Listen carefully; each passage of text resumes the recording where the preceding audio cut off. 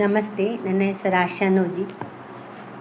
ರಾಮಸಾಂಗತ್ಯ ಎಂಬ ಕಾವ್ಯ ಸಂಕಲನದಿಂದ ಯುದ್ಧಕಾಂಡವನ್ನು ಜಾನಪದ ಶೈಲಿಯಲ್ಲಿ ಪ್ರಸ್ತುತಪಡಿಸುವೆ.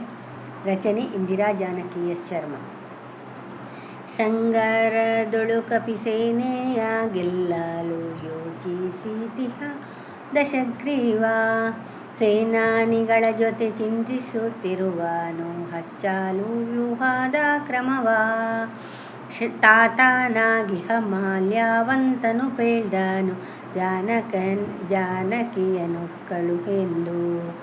ಬಲು ಹೊಳ್ಳ ರಾಮನು ವೈರತ್ವವನ್ನು ಬಿಟ್ಟು ಸಂಧಿಯ ಮಾಡಿಕೊಳ್ಳಲೆಂದು. ಸೈರಣೆ ಕಳಕೊಂಡ ರಾವಣ ಸಿಟ್ಟಿನಿಂಬಿಡೆನೆಂದು ಸೀತೆಯನೆಂದ. ರಾಕ್ಷಸ ಬಲವನ್ನು ನಾಲ್ದೆಸೆಯೊಳಗಿಟ್ಟು ಲಂಕೆಯ ರಕ್ಷಿಪನೆಂದ. ರಾಮನ ಪಾಳಯದೊಳು ಚರ್ಚಿಸುತ್ತಿರೆ ಯುದ್ಧದ ಸಿದ್ಧತೆಯನ್ನು. ರಾವಣನುಜ ವಿಭೀಷಣನು ಸುರಿದ ಅಣ್ಣನ ಸಂಹಾರವನ್ನು. ಮೂಡಣದೊಳು ಸೇನೆಯೊಂದಿಗೆ ನಿಂತಿಹ ಲಂಕೆಯ ಮಂತ್ರಿ ಪ್ರಹಸ್ತ. ಪಡುವಣದಲ್ಲಿಂದ್ರಜಿತು ನಿಂತುಕೊಂಡಿಹ ಶಸ್ತ್ರಾದಿಗಳ ಧರಿಸುತ್ತ. ಯಾಮ ಪಾರ್ಶ್ವಮ ಹೋದರರಿರುವರು ತೆಂಕಣದೊಳು ರಕ್ಷೆಗೆಂದು. ಉತ್ತರ ದ್ವಾರದಿ ತಾನೇ ನಿಂದಿಹ ನನ್ನ ಶುಕಸಾರಣ ಹೂಡಿಕೊಂಡು.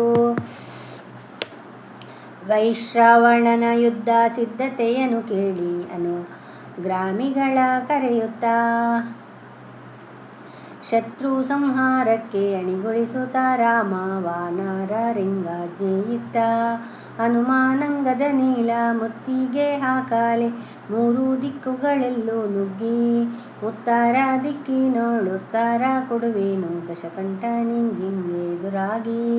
ಶ್ರೀರಾಮಚಂದ್ರ ಸುವೇಲಾದ್ರಿ ಶ್ರೀಕರವ ನೇರಿದ ಸೌಮಿತ್ರಿ ಜೊತೆಗೆ.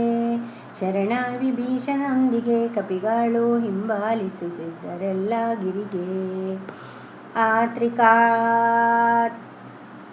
ಆ ತ್ರಿಕೂಟಾಚಲ ವ್ಯಾಪಿಸಿಕೊಂಡಿತು ದಾನವ ಸಾಮ್ರಾಜ್ಯದಲ್ಲಿ. ನಯನ ಮನೋಹರವಾಗಿತ್ತು ಪ್ರಕೃತಿಯ ಬೆಟ್ಟದ ತಪ್ಪಲಲ್ಲಿ. ಕೋಡಗಲಿಗಳು ಕೋಡುಗಲ್ಲಿನ ಸುತ್ತ ಸುತ್ತುವರಿದೆ ಶಂಕೆ. ಗಿರಿಶೃಂಗದಲ್ಲಿ ನಿಂತು ನೋಡಲು ಕಂಡಿತು ಕೋಟೆಯಂ ಸಜ್ಜಾದ ಲಂಕೆ. ಕಪಿಚೇಷ್ಟೆಗೈಯುತ್ತ ಬೆದರಿಸುತ್ತಟ್ಟಿದರು ವನವಾಸಿ ಮೃಗ ಪಕ್ಷಿಗಳನ್ನು. ಶೋಭಾಯಮಾನದಿಂದ ರಾಜಿಸುತ್ತೆಳೆಯಿತು ಸ್ವರ್ಣ ಲಂಕೆಯು ರಾಮನನ್ನು. ಕೊತ್ತಳದಲ್ಲಿ ನಿಂತು ನೋಡಿದ ದಶಕಂಠ ರಾಮ ಸೇನೆಯ ಓಘವನ್ನು. ಶೋಭಿಸಿದವು 10 ತಲೆಗಳು ಧರಿಸುತ್ತ ಹೊನ್ನ ಕಿರೀಟಗಳನ್ನು. ಚಾಮರವನ್ನು ಬೀಸಿ ಸೇವೆಯಗೈದರು ಲಂಕಾಧಿಪತಿ ಬಳಿ ನಿಂದು. ಬಿಳ್ಗೊಡೆಯನ್ನೆತ್ತಿ ಹಿಡಿದರು ಚಾರರು ಸಾರ್ವಭೌಮನ ಗುರುತೆಂದು. ಧನುಜ ಸಾಮ್ರಾಟನ ವೈಭವವನ್ನು ನೋಡಿ ಕಪಿರಾಜನಿಗೆ ಕೋಪವೇರಿ. ಬೆಟ್ಟವನೊದೆಯುತ್ತ ಕೊತ್ತಳದೆಡೆಗಾಗಿ ನೆಗೆದನು ಮೇಲಕ್ಕೆ ಹಾರಿ. ದಾನವ ಸಾಮ್ರಾಜ್ಯವನ್ನು ಕಟ್ಟಿ ಬೆಳೆಸಿದ ಅರಸನ ಮುಕುಟಗಳನ್ನು ಕ್ಷಣ ಮಾತ್ರದಲ್ಲಿ ಕಿತ್ತು ಎಸೆದನು ಸುಗ್ರೀವ ತೋರುತ್ತ ಕೆಚ್ಚೆದೆಯನ್ನು. ರಾಕ್ಷಸ ರಾಜನು ವಾನರಾಧಿಪನನ್ನು ಕೆಡವಿದ ಬಿಲ್ಬಲದಿಂದ.